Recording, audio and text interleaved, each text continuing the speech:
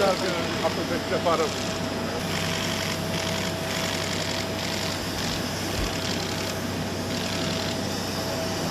Jest to, Maria, da? Da, por favor. Que gosto, né?